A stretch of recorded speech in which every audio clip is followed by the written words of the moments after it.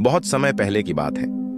राजगृह नगर के पास एक छोटा सा गांव था, जहां एक युवक रहता था।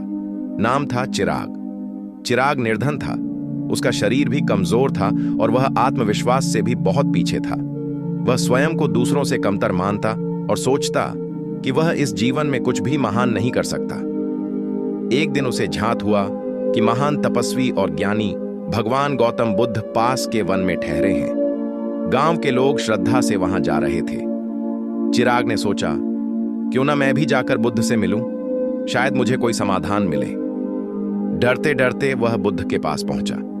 उसने उनके चरणों में गिरते हुए कहा, भगवान, मैं बहुत दुर्बल हूं। न तो मेरे पास धन है, न ही बल और न ही कोई विशेष ज्ञान। क्या मैं इस जीवन में कुछ भी सार्थक कर सकता हूं? बुद्ध मुस्कुराए। उन्होंने चिराग को देखा और शांत स्वर में बोले, हे चिराग, तुम स्वयं को जो समझते हो वही तुम्हारा बंधन बन जाता है। मनुष्य का सबसे बड़ा शत्रु उसका भ्रम है, जो उसे उसकी सच्ची शक्ति से दूर कर देता है।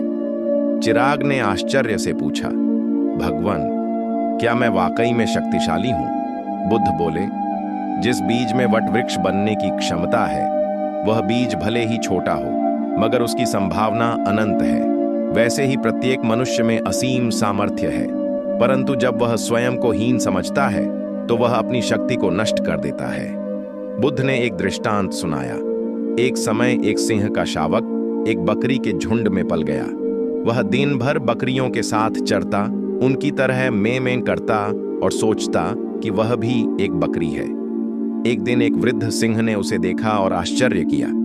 उसने शावक को पकड़कर एक झील के किनारे ले जाकर उसका प्रतिबिंब दिखाया और कहा, देखो, तुम बकरी नहीं, सिंह हो। शावक ने पहली बार स्वयं को पहचाना और गर्जना की, वही सिंह की दहाड़।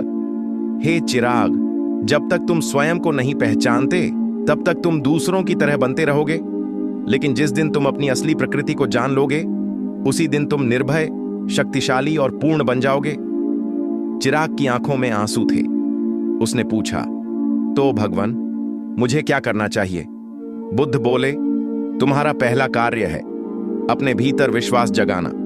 जो मनुष्य स्वयं पर विश्वास नहीं करता, वह संसार की किसी वस्तु से लाभ नहीं पा सकता।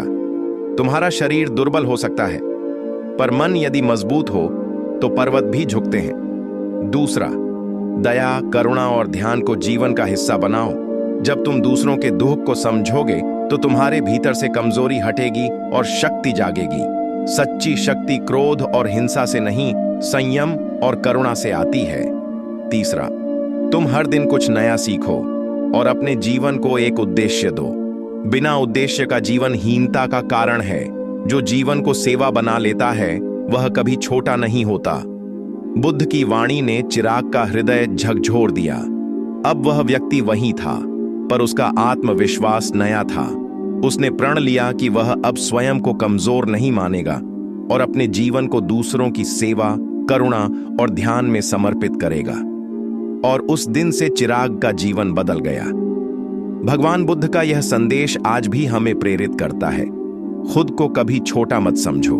अंदर की शक्ति को पहचानो, वह तुम्हें संसार की हर कठिनाई से ऊपर उठा सकती है।